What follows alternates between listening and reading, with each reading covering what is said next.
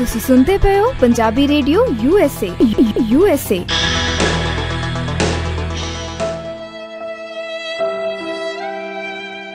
ਵਾਹਿਗੁਰੂ ਜੀ ਕਾ ਖਾਲਸਾ, ਵਾਹਿਗੁਰੂ ਜੀ ਕੀ ਫਤਿਹ।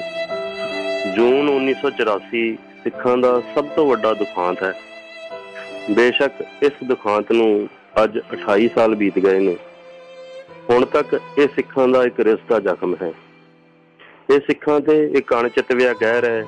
ਇਹ ਨਾ ਮੰਨਣਯੋਗ, ਨਾ ਭੁੱਲਣਯੋਗ, ਨਾ ਬਖਸ਼ਣਯੋਗ ਗੁਨਾਹ 1 ਜੂਨ 1984 ਤੋਂ 10 ਜੂਨ 1984 ਤੱਕ ਹਿੰਦੁਸਤਾਨੀ ਫੌਜਾਂ ਨੇ ਸਿੱਖਾਂ ਨੂੰ ਸਿੱਖਾਂ ਦੇ ਸਭ ਤੋਂ ਪਵਿੱਤਰ ਅਸਥਾਨ ਦਰਬਾਰ ਸਾਹਿਬ ਦੇ ਅੰਦਰ ਕਤਲੇਆਮ ਕੀਤਾ।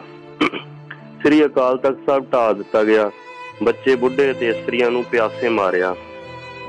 ਦੁਸ਼ਮਣਾਂ ਦੇ ਜੰਗੀ ਕੈਦੀਆਂ ਤੋਂ ਵੀ ਭੈੜਾ ਸਲੂਕ ਕੀਤਾ ਗਿਆ। ਕਿਸ ਹਾਦਸੇ ਦਾ ਬਿਆਨ ਕੀਤਾ ਜਾਵੇ।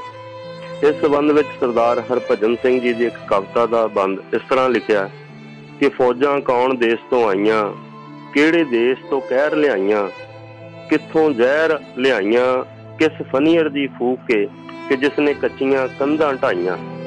ਸੱਚ ਸਰੋਵਰ ਡੱਸਿਆ, ਅੱਗਾਂ ਪੱਥਰਾਂ ਵਿੱਚ ਲਾਈਆਂ, ਹਰ ਕੇ ਮੰਦਰ ਵਿਉਹ ਦੀਆਂ ਨਦੀਆਂ, ਬੁੱਕਾਂ ਭਰ ਵਰਤਾਈਆਂ, ਫੌਜਾਂ ਕੌਣ ਦੇਸ਼ ਤੋਂ ਆਈਆਂ। ਇਸ ਕਹਿਰ ਨੂੰ ਹਿੰਦੁਸਤਾਨ ਸਰਕਾਰ ਆਪਰੇਸ਼ਨ ਬਲੂ ਸਟਾਰ ਆਖਦੀ ਹੈ। ਇਸ ਦਾ ਕਾਰਨ ਸਰਕਾਰ ਨੇ ਇਹ ਦੱਸਿਆ ਕਿ ਹਰਿਮੰਦਰ ਸਾਹਿਬ ਅੰਮ੍ਰਿਤਸਰ, ਜਿਸ ਨੂੰ ਸਿੱਖ ਦਰਬਾਰ ਸਾਹਿਬ ਅੰਮ੍ਰਿਤਸਰ ਆਖਦੇ ਨੇ, ਵਿੱਚ ਆਤੰਕਵਾਦੀ ਛੁਪੇ ਹੋਏ ਹਨ। ਇਹਨਾਂ ਆਤੰਕਵਾਦੀਆਂ ਵਿੱਚ ਪਾਕਿਸਤਾਨ ਦੀ ISI ਦੇ ਖੁਫੀਆ ਏਜੰਟ ਹਨ। ਇਹਨਾਂ ਨੂੰ ਜਲਦੀ ਤੋਂ ਜਲਦੀ ਬਾਹਰ ਕੱਢਣਾ ਜ਼ਰੂਰੀ ਹੈ। ਇਸ ਕੰਮ ਵਾਸਤੇ ਇਹਨਾਂ ਬੁੱਚੜਾਂ ਨੇ ਦਿਨ ਚੁਣਿਆ ਸਿੱਖਾਂ ਦੇ 5ਵੇਂ ਗੁਰੂ ਅਰਜਨ ਦੇਵ ਜੀ ਦੀ ਸ਼ਹੀਦੀ ਦਾ ਦਿਨ। ਇਸ ਦਿਨ ਬਹੁਤ ਸਾਰੀ ਸਿੱਖ ਸੰਗਤ ਦਰਬਾਰ ਸਾਹਿਬ ਆਉਂਦੀ ਹੈ। ਆਮ ਸੰਗਤ ਬਹੁਤ ਮਾਰ ਦਿੱਤੀ ਗਈ। ਦਰਬਾਰ ਸਾਹਿਬ ਦੀ ਸਾਰੀ ਪਰਿਕਰਮਾ ਵਿੱਚ ਲਾਸ਼ਾਂ ਉੱਪਰ ਥੱਲੇ ਪਈਆਂ ਸਨ। 9/6/1984 ਨੂੰ ਫੌਜ ਨੇ ਲੜਾਈ ਖਤਮ ਹੋਣ ਤੋਂ ਬਾਅਦ ਸਿੱਖ ਰੈਫਰੈਂਸ ਲਾਇਬ੍ਰੇਰੀ ਨੂੰ ਅੱਗ ਲਗਾਈ ਅਤੇ ਸਾਰੇ ਪੁਰਾਤਨ ਹੱਥ ਲਿਖਤ ਖਰੜੇ ਸਾੜ ਦਿੱਤੇ। ਸਿੱਖ ਅਜਾਇਬ ਘਰ ਜੋ ਪੁਰਾਤਨ ਪੇਂਟਿੰਗਾਂ ਪਈਆਂ ਸਨ, ਉਹਨਾਂ ਤੇ ਗੋਲੀਆਂ ਵਰਸਾਈਆਂ। ਤੋਸ਼ੇਖਾਨੇ ਦਾ ਮਾਲ ਲੁੱਟਿਆ। ਜੋ ਜ਼ੁਲਮ ਹੋਇਆ ਉਹ ਬਿਆਨ ਤੋਂ ਬਾਹਰਾ ਹੋਇਆ। ਇਹ ਸਿੱਖਾਂ ਲਈ ਇੱਕ ਨਿੱਜੀ ਸੱਟ, ਨਿੱਜੀ ਜ਼ਖਮ ਅੱਜ ਵੀ ਹੈ। ਇਸ ਕਹਿਰ ਦੇ ਰੋਸ ਵਜੋਂ ਭਾਰਤੀ ਫੌਜ ਦੇ 4000 ਸਿੱਖ ਨੌਜਵਾਨਾਂ ਨੇ ਆਪਣੀਆਂ ਬੈਰਕਾਂ ਛੱਡੀਆਂ ਅਤੇ ਦਰਬਾਰ ਸਾਹਿਬ ਨੂੰ ਬਚਾਉਣ ਵਾਸਤੇ ਅੰਮ੍ਰਿਤਸਰ ਵੱਲ ਕੂਚ ਕੀਤਾ, ਜੋ ਕਿ ਰਸਤੇ ਵਿੱਚ ਹੀ ਹਿੰਦੁਸਤਾਨੀ ਫੌਜਾਂ ਨੇ ਘੇਰ ਕੇ ਉਹਨਾਂ ਨੂੰ ਸ਼ਹੀਦ ਕੀਤਾ। ਬਹੁਤ ਸਾਰੀਆਂ ਸ਼ਖਸੀਅਤਾਂ ਨੇ ਹਿੰਦ ਸਰਕਾਰ ਵੱਲੋਂ ਮਿਲੇ ਮਾਨ ਸਨਮਾਨ ਪੱਤਰ ਆਦਿ ਨੂੰ ਵਾਪਸ ਕਰ ਦਿੱਤਾ। ਭਗਤ ਪੂਰਨ ਸਿੰਘ, ਜੋ ਕਿ ਪਿੰਗਲਵਾੜੇ ਦੀ ਸੇਵਾ ਸੰਭਾਲ ਕਰਦੇ ਸਨ, ਉਹਨਾਂ ਨੂੰ ਹਿੰਦ ਸਰਕਾਰ ਨੇ ਪਦਮ ਸ਼੍ਰੀ ਅਵਾਰਡ ਦਿੱਤਾ ਸੀ। ਉਹਨਾਂ ਸ੍ਰੀ ਦਰਬਾਰ ਸਾਹਿਬ ਅੰਮ੍ਰਿਤਸਰ ਤੋਂ ਹੋਈ ਇਨਸਾਨੀਅਤ ਤੋਂ ਗਿਰੀ ਫੌਜੀ ਕਾਰਵਾਈ ਵਿਰੁੱਧ ਰੋਸ ਵਜੋਂ ਪਦਮ ਸ਼੍ਰੀ ਅਵਾਰਡ ਨੂੰ ਵਾਪਸ ਕੀਤਾ। ਭਗਤ ਪੂਰਨ ਸਿੰਘ ਜੀ ਨੇ ਪਦਮ ਸ਼੍ਰੀ ਦੀ ਵਾਪਸੀ ਨਾਲ ਇੱਕ ਰਾਸ਼ਟਰਪਤੀ ਨੂੰ ਚਿੱਠੀ ਲਿਖੀ ਸੀ, ਜਿਸ ਦੀਆਂ ਕੁਝ ਸਤਰਾਂ ਇਸ ਪ੍ਰਕਾਰ ਹਨ। ਦਰਬਾਰ ਸਾਹਿਬ ਸਮੂਹ ਅੰਦਰ ਆਈਆਂ ਸੰਗਤਾਂ, ਇਸਤਰੀਆਂ, ਮਰਦਾਂ ਤੇ ਬੱਚਿਆਂ ਤੇ ਫੌਜ ਨੇ ਇਸ ਤਰ੍ਹਾਂ ਗੋਲੀ ਚਲਾਈ ਜਿਸ ਤਰ੍ਹਾਂ ਜ਼ਹਿਰੀਲੀ ਦਵਾਈ ਦੀ ਪਿਚਕਾਰੀ ਨਾਲ ਮੱਛਰ ਮਾਰੀਦਾ ਹੈ। ਜੂਨ 1984 ਇਕੱਲੇ ਦਰਬਾਰ ਸਾਹਿਬ ਅੰਮ੍ਰਿਤਸਰ ਵਿਖੇ ਹੀ ਹਮਲਾ ਨਹੀਂ ਹੋਇਆ। ਇਸ ਤੋਂ ਇਲਾਵਾ 36 ਹੋਰ ਗੁਰਦੁਆਰਿਆਂ ਤੇ ਵੀ ਫੌਜ ਨੇ ਹਮਲੇ ਕੀਤੇ। ਭਗਤ ਪੂਰਨ ਸਿੰਘ ਜੀ ਨੇ ਮੁਕਤਸਰ ਦੇ ਗੁਰਦੁਆਰੇ ਦਾ ਹਾਲ ਇਸ ਤਰ੍ਹਾਂ ਦੱਸਿਆ। ਸ੍ਰੀ ਦਰਬਾਰ ਸਾਹਿਬ ਮੁਕਤਸਰ ਵਿੱਚ ਸੇਵਾਦਾਰ ਕੱਢ ਕੇ ਸਰੋਵਰ ਦੀ ਪਰਿਕਰਮਾ ਵਿੱਚ ਧੁੱਪੇ ਮੂਧੇ ਲੰਬੇ ਪਾਇਆ ਗਿਆ ਤੇ ਉਹਨਾਂ ਨੂੰ ਬੁਰੀ ਤਰ੍ਹਾਂ ਕੁੱਟਿਆ ਗਿਆ। ਉਹਨਾਂ ਵਿੱਚੋਂ ਇੱਕ ਮਰ ਵੀ ਗਿਆ। ਪਿੰਡਾਂ ਵਿੱਚੋਂ ਮੁੰਡੇ ਕੱਢ ਕੇ ਲਿਆਂਦੇ ਗਏ ਜਿਨ੍ਹਾਂ ਅੰਮ੍ਰਿਤ ਛਕਿਆ ਹੋਇਆ ਸੀ। ਉਹਨਾਂ ਨੂੰ ਬਹੁਤ ਕੁੱਟਿਆ, ਮਾਰਿਆ ਗਿਆ। ਜਿਨ੍ਹਾਂ ਕਾਰਨਾਂ ਕਰਕੇ ਹਿੰਦੂ ਸਰਕਾਰ ਨੇ ਇਹ ਜ਼ੁਲਮ ਕੀਤਾ, ਉਹ ਕਾਰਨ ਗਲਤ ਸਾਬਤ ਹੁੰਦੇ ਹਨ। 6/6/1984 ਨੂੰ ਸਾਰਾ ਦਰਬਾਰ ਸਾਹਿਬ ਫੌਜ ਦੇ ਅਧੀਨ ਹੋ ਗਿਆ ਸੀ ਤੇ ਫਿਰ 9/6/1984 ਨੂੰ ਸਿੱਖ ਰੈਫਰੈਂਸ ਲਾਇਬ੍ਰੇਰੀ ਕਿਉਂ ਸਾੜੀ ਗਈ।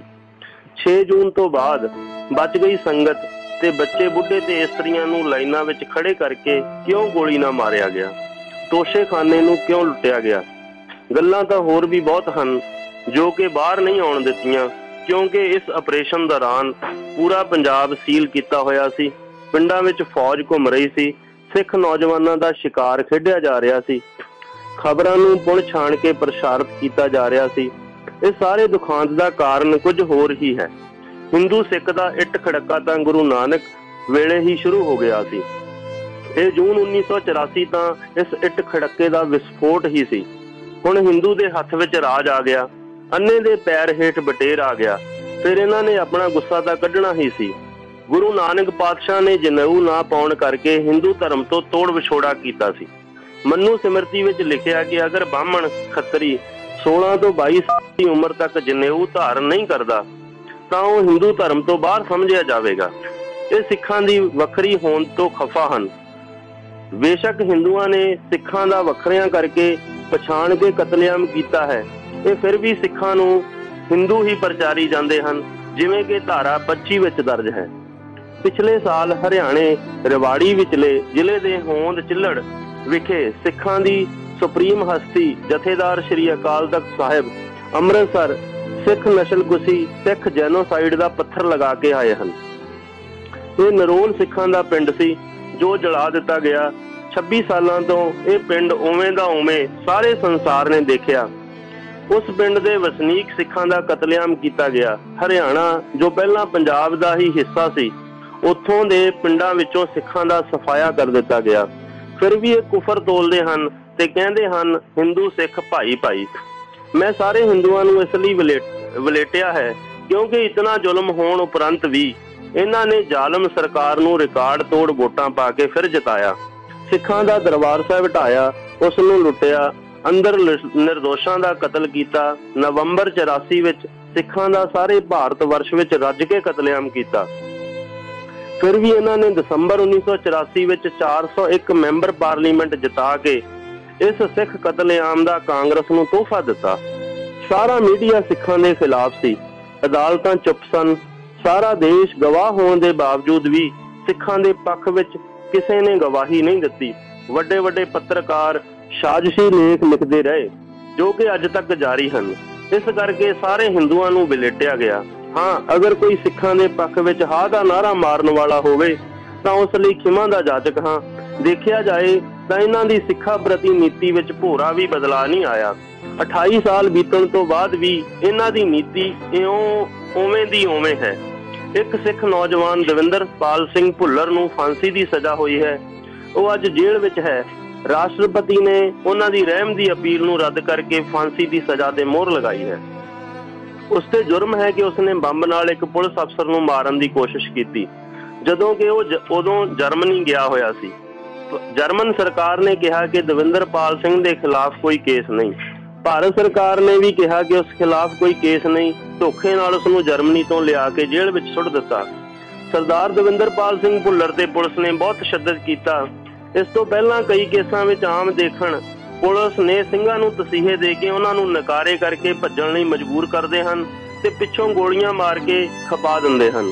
ਪ੍ਰਚਾਰ ਇਹ ਕੀਤਾ ਜਾਂਦਾ ਹੈ ਕਿ ਅੱਤਵਾਦੀ ਫਰਾਰ ਹੋ ਗਿਆ। ਇਸ ਤਰ੍ਹਾਂ ਦੀਆਂ ਗੱਲਾਂ ਪਿੰਡਾਂ ਵਿੱਚ ਆਮ ਹੁੰਦੀਆਂ ਤੇ ਹੋ ਰਹੀਆਂ ਹਨ। ਇਸ ਤੋਂ ਬਚਣ ਲਈ ਸਰਦਾਰ ਦਵਿੰਦਰਪਾਲ ਸਿੰਘ ਭੁੱਲਰ ਨੇ ਉਸ ਤੇ ਲਗਾਇਆ ਜ਼ੁਲਮ ਇਕਬਾਲ ਕਰ ਲਿਆ। ਜਦੋਂ ਸਰਦਾਰ ਦਵਿੰਦਰਪਾਲ ਸਿੰਘ ਭੁੱਲਰ ਨੂੰ ਜੱਜ ਦੇ ਪੇਸ਼ ਕੀਤਾ ਤਾਂ ਉਹਨਾਂ ਇਕਬਾਲੀਆ ਬਿਆਨਾਂ ਨੂੰ ਰੱਦ ਕੀਤਾ, ਪਰ ਪੁਲਿਸ ਵਿੱਚ ਦਿੱਤਾ ਬਿਆਨ ਠੀਕ ਮੰਨਿਆ ਤੇ ਉਸ ਦੇ ਆਧਾਰ ਤੇ ਹੀ ਫਾਂਸੀ ਦੀ ਸਜ਼ਾ ਹੋਈ। ਅੱਜ 18 ਸਾਲ ਬੀਤ ਗਏ। 133 ਗਵਾਹ ਪੇਸ਼ ਕੀਤੇ, ਪਰ ਇਹਨਾਂ ਵਿੱਚੋਂ ਕੋਈ ਵੀ ਗਵਾਹ ਨਹੀਂ ਭੁਗਤਿਆ। ਕਿਸੇ ਇੱਕ ਨੇ ਵੀ ਗਵਾਹ ਨੇ ਗਵਾਹੀ ਨਹੀਂ ਦਿੱਤੀ। ਤਿੰਨਾਂ ਜੱਜਾਂ ਵਿੱਚੋਂ ਇੱਕ ਜੱਜ ਨੇ ਦਵਿੰਦਰਪਾਲ ਸਿੰਘ ਭੁੱਲਰ ਨੂੰ ਦੋਸ਼ ਮੁਕਤ ਕੀਤਾ। ਭੁੱਲਰ ਸਾਹਿਬ ਮਾਨਸਿਕ ਰੋਗੀਆਂ ਵਾਲੇ ਹਸਪਤਾਲ ਵਿੱਚ ਇਲਾਜ ਚੱਲ ਰਿਹਾ ਹੈ। ਉਹ ਮਾਨਸਿਕ ਰੋਗੀ ਹੈ। ਪੁਲਿਸ ਦੁਆਰਾ ਉਹਨਾਂ ਦੇ ਪਿਤਾ ਤੇ ਭਰਾਵਾਂ ਨੂੰ ਮਾਰਿਆ ਮੁਕਾਇਆ ਗਿਆ। 74 ਸਾਲਾਂ ਦੀ ਬੁੱਢੀ ਮਾਂ ਭੁੱਲਰ ਨੂੰ ਬਚਾਉਣ ਲਈ ਦਰ-ਦਰ ਦੀਆਂ ਠੋਕਰਾਂ ਖਾ ਰਹੀ ਹੈ। ਫਿਰ ਵੀ ਭਾਰਤ ਦੀ ਰਾਸ਼ਟਰਪਤੀ ਨੇ ਰਹਿਮ ਦੀ ਅਪੀਲ ਰੱਦ ਕਰ ਦਿੱਤੀ ਤੇ ਫਾਂਸੀ ਤੇ ਮੋਹਰ ਲਗਾ ਦਿੱਤੀ। ਸਰਦਾਰ ਦਵਿੰਦਰਪਾਲ ਸਿੰਘ ਭੁੱਲਰ ਨੂੰ ਫਾਂਸੀ ਦੇਣ ਦਾ ਇੱਕੋ ਇੱਕ ਕਾਰਨ ਹੈ ਕਿ ਉਹ ਸਿੱਖ ਹੈ। ਇਸ ਦੇ ਉਲਟ ਦਿੱਲੀ ਦੇ ਇੱਕ ਕਿਸ਼ੋਰੀ ਨਾਮੀ ਬੁੱਚੜ, ਜਿਸ ਨੇ ਦਿੱਲੀ ਵਿੱਚ 32 ਨਿਰਦੋਸ਼ ਸਿੱਖਾਂ ਨੂੰ ਆਪਣੀ ਮੀਟ ਵੱਢਣ ਵਾਲੀ ਦਾਅ ਨਾਲ ਸ਼ਰੇਆਮ ਵੱਢ ਦਿੱਤਾ ਸੀ, ਉਸ ਦੀ ਫਾਂਸੀ ਦੀ ਸਜ਼ਾ ਰੱਦ ਕਰ ਦਿੱਤੀ ਕਿਉਂਕਿ ਉਹ ਹਿੰਦੂ ਹੈ। ਇਹਨਾਂ ਗੱਲਾਂ ਤੋਂ ਸਾਬਤ ਹੁੰਦਾ ਹੈ ਕਿ ਹਿੰਦੂ ਸਰਕਾਰ ਦਾ ਸਿੱਖਾਂ ਪ੍ਰਤੀ ਰਵੱਈਆ ਅੱਜ ਵੀ ਉਹ ਹੈ ਜਿਹੜਾ ਪਹਿਲਾਂ ਸੀ। ਇਹਨਾਂ ਦਾ ਖੁਰਾ ਖੋਜ ਮਿਟਾਉਣਾ। ਜੂਨ 1984 ਦਾ ਸਾਕਾ ਇਹਨਾਂ ਸਿੱਖਾਂ ਪ੍ਰਤੀ ਸੋਚ ਦਾ ਸਿਖਰ ਸੀ। अंत इस वक्त मैं हाकमां नूं कहना चाहुंदा हां कि सुलग उठेगा जिहे मकतल, पिघल जाएगी यह जंजीरें, अभी वाकफ नहीं तुम गर्मी खून शहीदों से। वाहिगुरू जी का खालसा, वाहिगुरू जी की फतेह।